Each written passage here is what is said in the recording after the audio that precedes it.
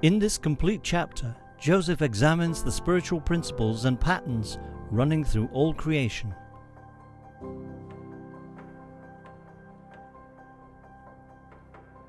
Hello and welcome back to the Sanctuary of Healing, and again I'm here with Michael G. Reccia of the Joseph Communications, and today we're going to continue going methodically through the book The Fall. And as I said in the last chapter, The Fall is the book, in our opinion, which is probably the most important. It's information that's never been brought through to Earth before, and basically covers the reason we're here and how we got here. And so now, in this week, we're going to continue with chapter 2. Michael's going to continue reading chapter 2. And so without further ado, I'll hand over to Michael, chapter 2. Thank you, Tony. Michael. Chapter 2, the pattern of creation.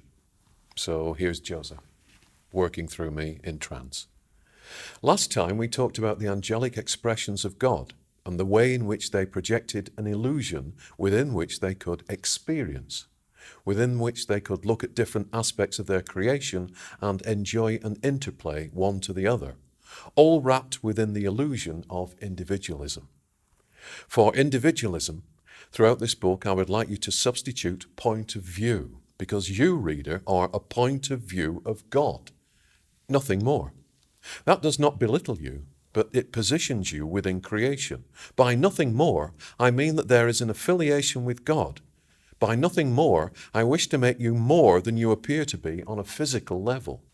By nothing more, I am taking away from you those things that separate you, through your physical mind, from acknowledging being the part of God that you are. You are a point of view, and the angelic expressions that inhabit the physical universe are points of view, but not the whole point of view. I have to demonstrate today that the angelic forces remain angelic forces within the embracing being of God. What was and is projected into the physical universes is a point of view, or a part of view, if you like, of those angelic forces. In other words, the whole angelic being that is itself a point of view of God is not projected into the physical universe. Only a part or a dream of that angelic being forms or is given birth to in the physical universe. You are an expression of an angelic being that is an expression of God. Yes, you have individuality in that you think from a certain point of view, but you are then a point of view of a greater being that is also a point of view of a greater being. Let us talk about creation and why creation is as it is. At the point, and we are talking metaphorically here, at which the angelic beings decided that they would project part of their consciousness into a dream that was solidified, as it were, at that point there had to be a form to the dream they wished to project aspects of themselves into. That form could only be based, as the highest honor and highest respect, on the principle of God that they realized they were a part of.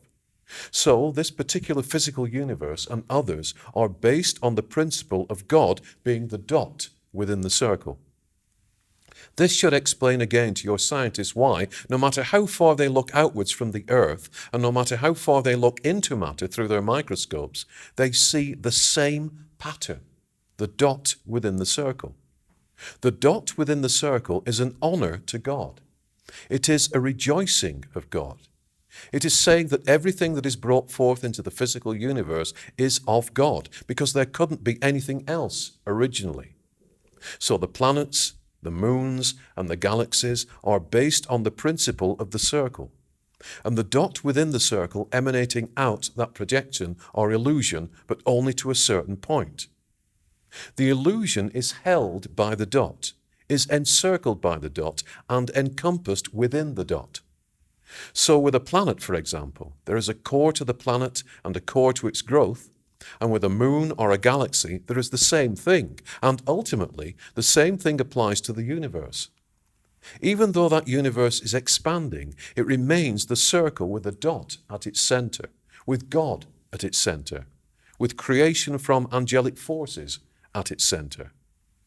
And so the pattern of creation is embedded into your own cells, is embedded in the world that you live on, is embedded within the physical universe that you see, is embedded within what you call black holes, and is embedded within pulsars and quasars and other types of stars that you have not yet come across and are not yet able to understand.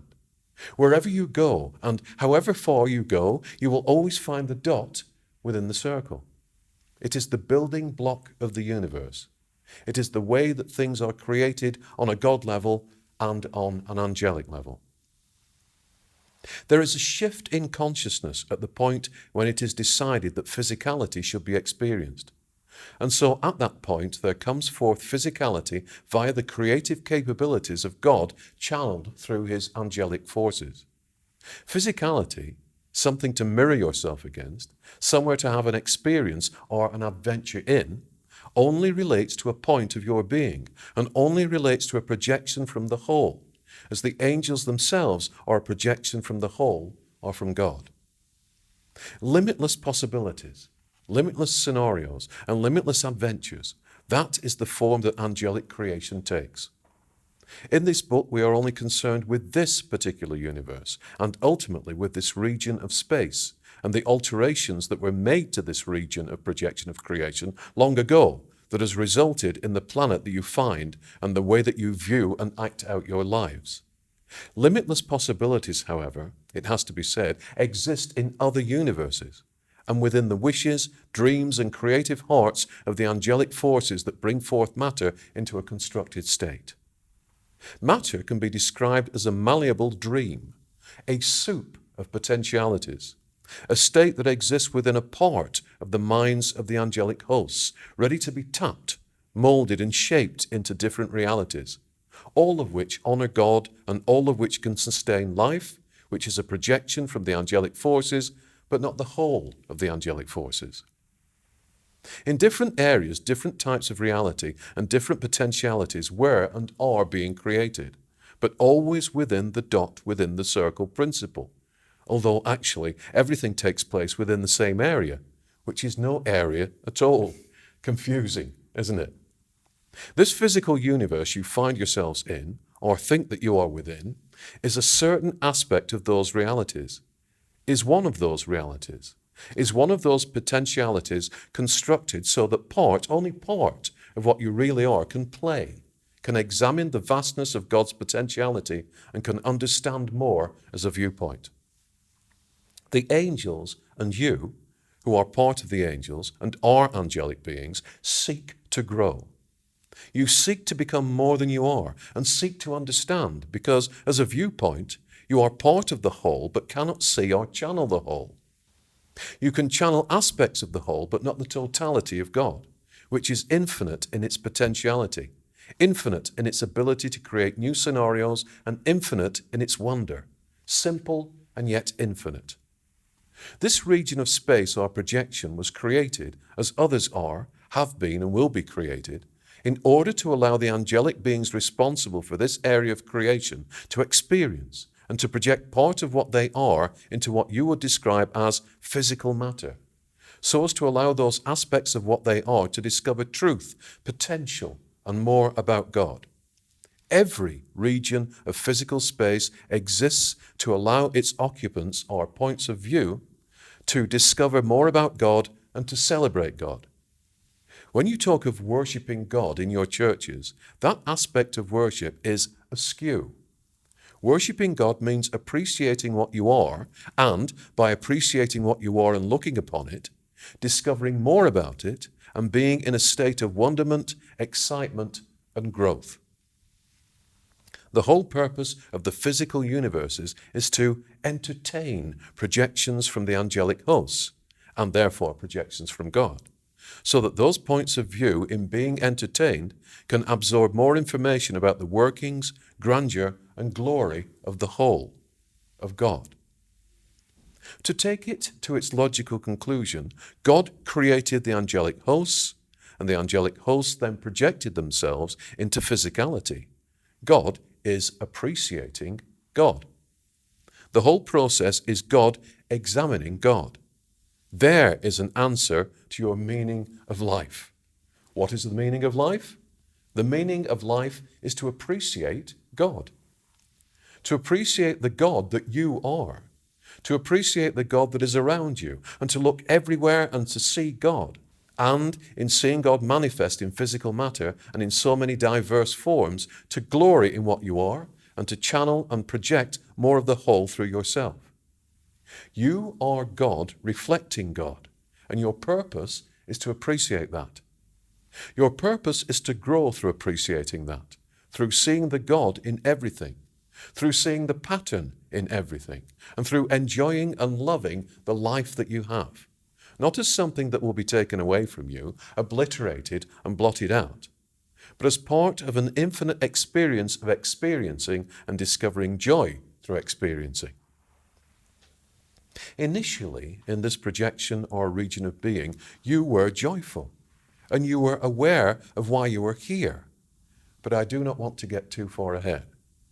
In this chapter, I wanted to make the reader aware of a very important thing, that the meaning of life is to appreciate what you are, and to appreciate that you are an aspect of God, a never-ending aspect of God that can never be damaged, can never be obliterated, can never be diseased, and can never be pulled down into a state of depression, because such things originally did not exist as creation of this area was brought into being. The other expressions of life that you see around you are equally projections of God, channeled through angelic projections into physical matter. So the dog, the cat, the bird, the tree, the mountain, the stream, the moon, the earth, the stars, and the spaces between the stars are all projections. They are all part of the sentience of the angels, and therefore the sentience of God. Every aspect of being around you is alive, is part of God, and exists to celebrate God, as you truly at your heart exist to celebrate and to experience the wonder of God. Later on in this book, we will examine why forms are diverse and why God, expressed through an angelic filter, expresses himself or itself as so many different things. This is perhaps one of the most difficult chapters, because this chapter is supposed to, and I hope I am doing this, explain the nature of creation. Creation is a dream. Creation is a projection. Creation is a wish.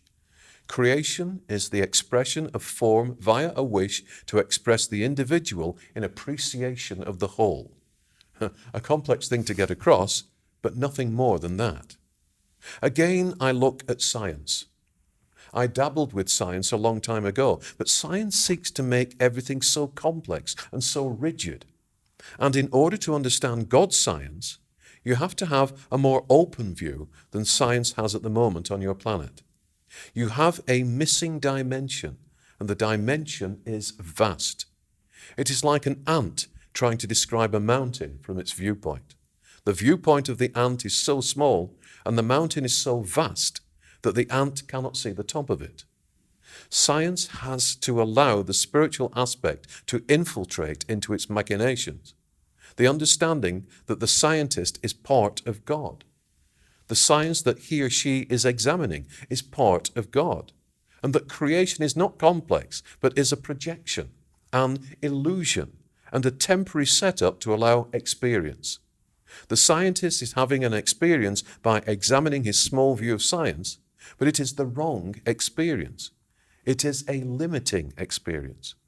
Physicality was set up to allow projections of God, i.e. you, to have ever more rewarding experiences as you bring to God, who tastes what you taste, hears what you hear, sees what you see, says what you say, ever more expansive experiences of whatever he, she, or it is, mirrored back through you to the greater glory and greater potential of creation, so that you channel back to God your experience and understanding, which enlarges God's experience and understanding, and evolves the Godhead into more areas of creation and more areas of projection.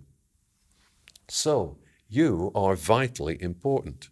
but your viewpoint has to be the correct one in order to fully experience and enjoy the life that you have been given without the fear of death, without the fear of violence, and without the fear of depreciation of the human body and mind. Let me see if I have covered the areas that I wish to cover.